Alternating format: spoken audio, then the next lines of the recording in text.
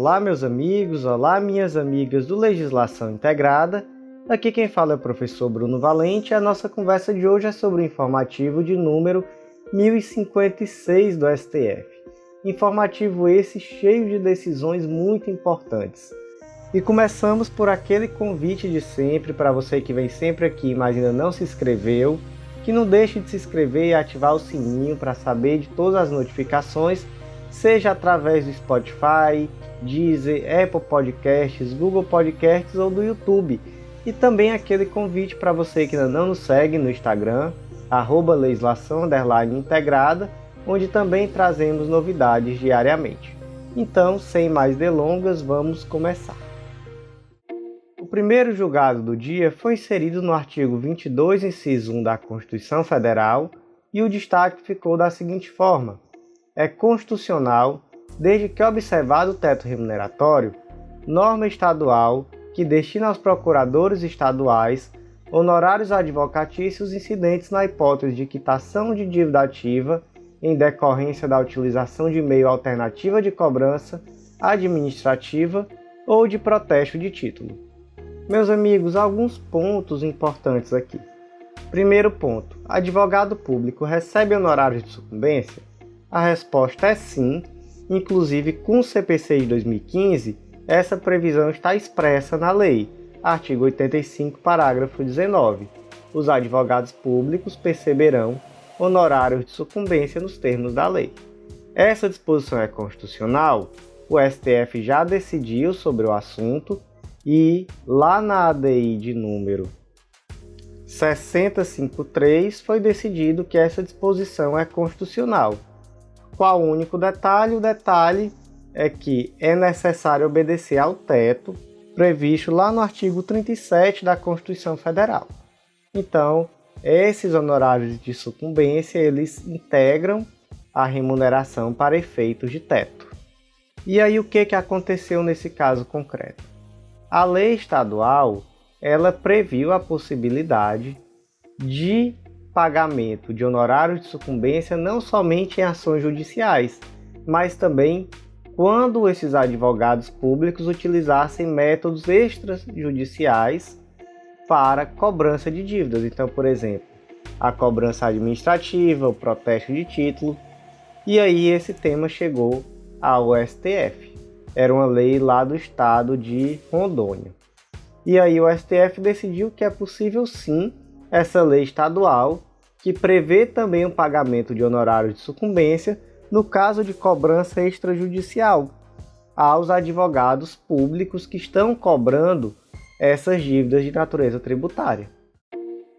Próximo julgado do dia, também inserido na Constituição Federal, é a ADI 4896 e o destaque ficou da seguinte forma: é formalmente inconstitucional norma federal que concede anistia a policiais e bombeiros militares estaduais por infrações disciplinares decorrentes da participação em movimentos reivindicatórios por melhores vencimentos e condições de trabalho.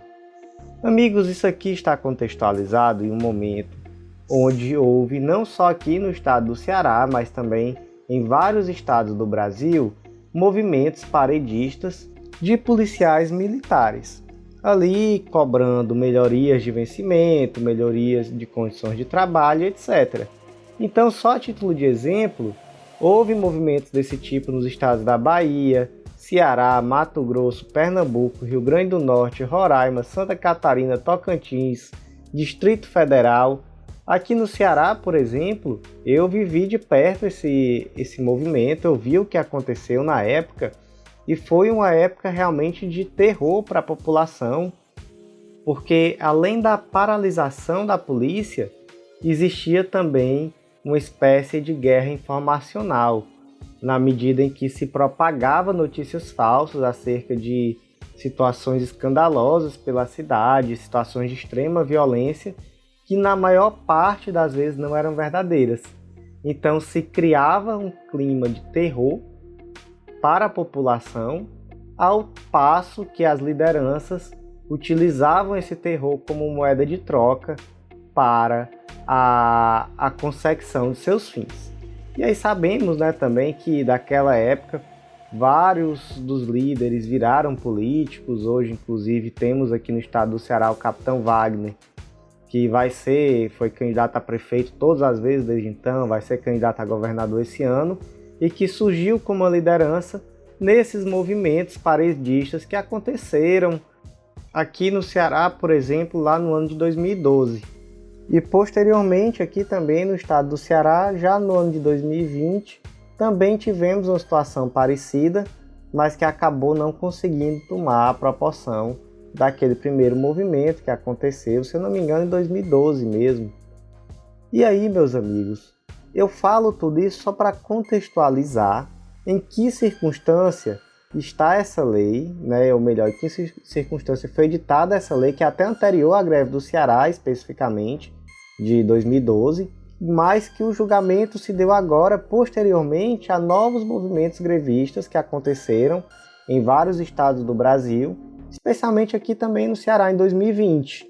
E aí essa lei do ano de 2011, que era a lei 12.505, ela tinha por objetivo anistiar aqueles movimentos reivindicatórios, e aí ela delimita que eram aqueles movimentos que aconteceram entre 1º de janeiro de 97 e 2011 em determinados estados, e entre 2010 e 2011 em outros estados, justamente para delimitar um grande número de movimentos que aconteceram em vários estados do Brasil nesse período. E só agora, em 2022, essa lei foi declarada inconstitucional pelo STF, e o motivo-chave aqui foi a incompetência da União para tratar sobre a anistia de infrações disciplinares ocorridas no âmbito estadual.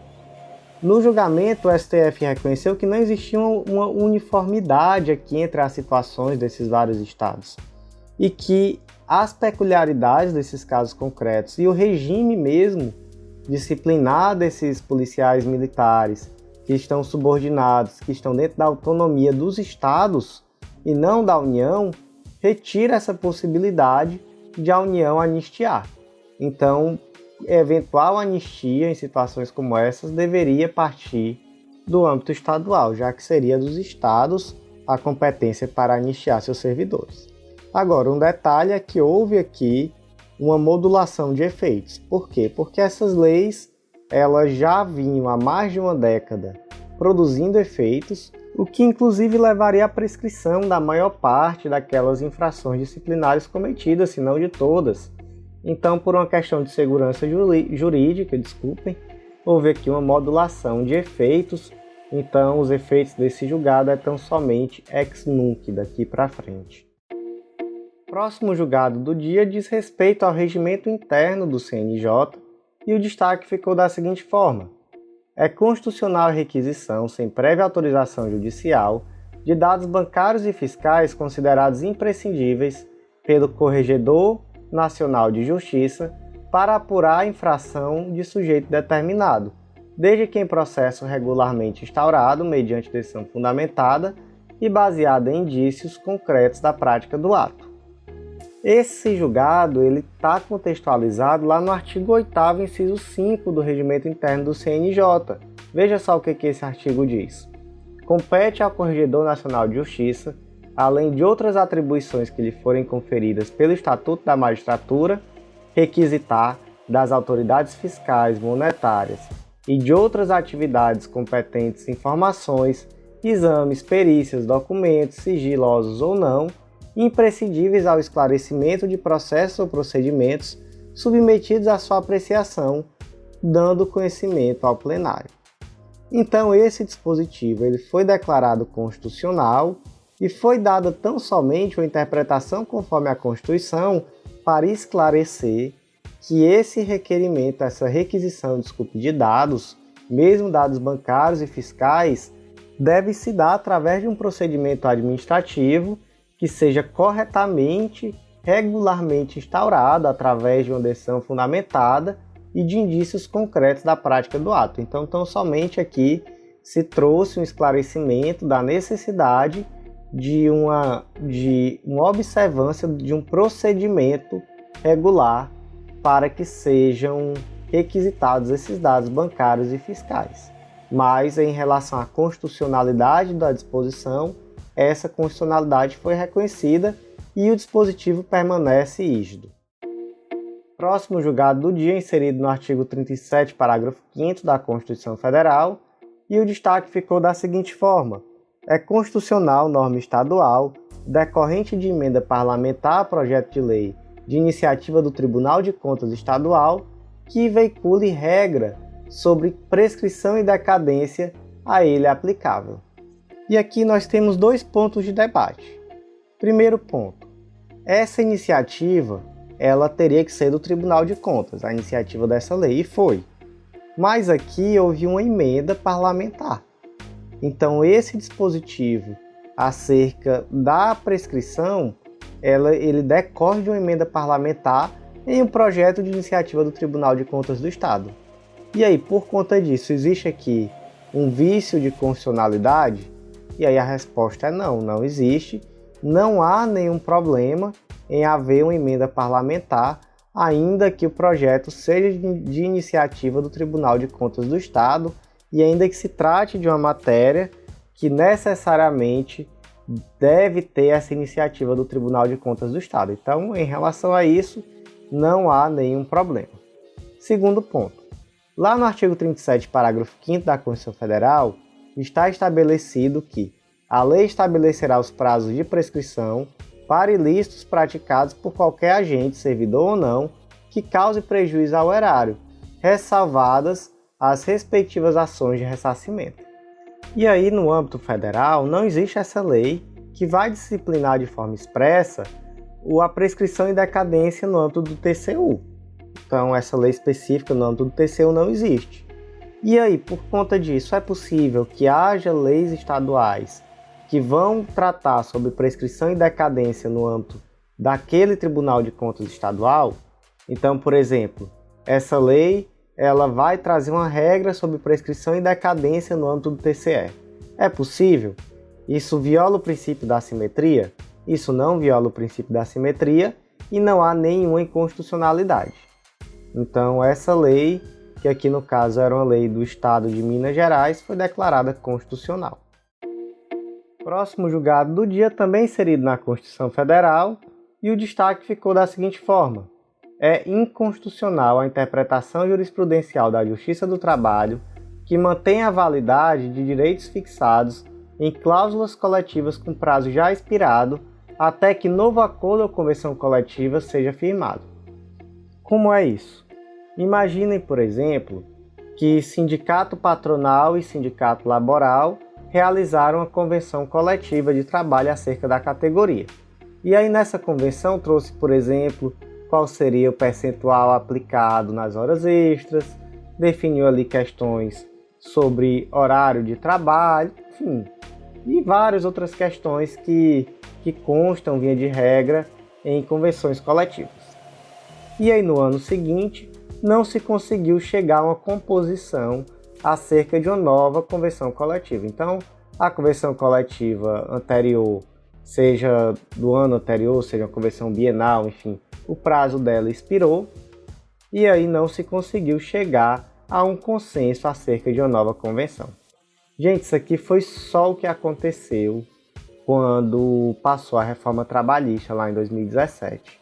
E é só o que tem acontecido. Ficou muito mais difícil para o sindicato laboral negociar com o sindicato patronal, o que na prática trouxe um prejuízo gigante aos trabalhadores. E aí o que passou a acontecer muito? O judiciário passou a deferir pedidos de prorrogação daquelas convenções coletivas de trabalho enquanto novas convenções não fossem negociadas. Então, por exemplo, imagina que havia ali uma previsão de que aquela categoria só trabalharia 6 horas por dia, ou seja, uma carga horária menor para aquela categoria. A convenção coletiva expirou. Então, dali para frente, teoricamente, essa categoria, caso não houvesse nenhuma legislação específica sobre o tema, ela teria que trabalhar às 8 horas diárias, 44 semanais. Veja só o tamanho do prejuízo. E aí, o judiciário muitas vezes prorrogava e dizia, olha, enquanto não for negociada nova convenção, essa daqui fica valendo. Na prática eu vi isso acontecer várias vezes. Inclusive eu passei muito tempo atuando em direito sindical, então muitas vezes nós conseguimos isso na justiça. Por quê? Porque não havia mais interesse do sindicato patronal das empresas de negociar, porque a reforma trabalhista de 2017 enfraqueceu de uma forma assim absurda os sindicatos, então não havia mais interesse. E a gente passou a ver até uma situação que não fazia sentido antes, porque antes convenção coletiva, negociação coletiva era algo que existia para ampliar direitos. E de 2017 para cá nós vemos convenções coletivas para restringir direitos. No próximo informativo, o 1057, a gente vai até trazer uma abordagem sobre esse tema, sobre a possibilidade de convenção coletiva para restringir direitos. E aí o STF, vocês vão ver que decidiu que é plenamente possível, desde que não adentre nenhum direito fundamental, nenhum direito ali previsto no artigo 7º da Constituição e etc. Mas que em regra é possível. E aí agora, com essa decisão do STF, essas decisões da Justiça do Trabalho, no sentido de ampliar o prazo de vigência de convenções coletivas, não será mais possível. Qual o efeito prático disso? O efeito prático disso é um enfraquecimento ainda maior dos sindicatos, a perda de mais um poder de barganha. Então agora, se essa empresa, se esse sindicato patronal sabe que aquela convenção coletiva não vai ser prorrogada, então agora ele tem menos motivo ainda para querer negociar uma convenção coletiva nova, para poder trazer ali algum direito novo para aqueles trabalhadores. Então é uma decisão que realmente enfraquece como um todo a defesa do trabalhador. Mas, enfim, é uma decisão que já foi tomada e trata-se da DPF número 323 do Distrito Federal. Então peço a vocês muito senso crítico em relação a esse tipo de decisão, uma compreensão de que realmente se trata de uma decisão que vem para enfraquecer ainda mais o movimento de luta por direitos dos trabalhadores, que é um movimento que já vem sofrido, né? já vem aí minguado, definhando nos últimos anos.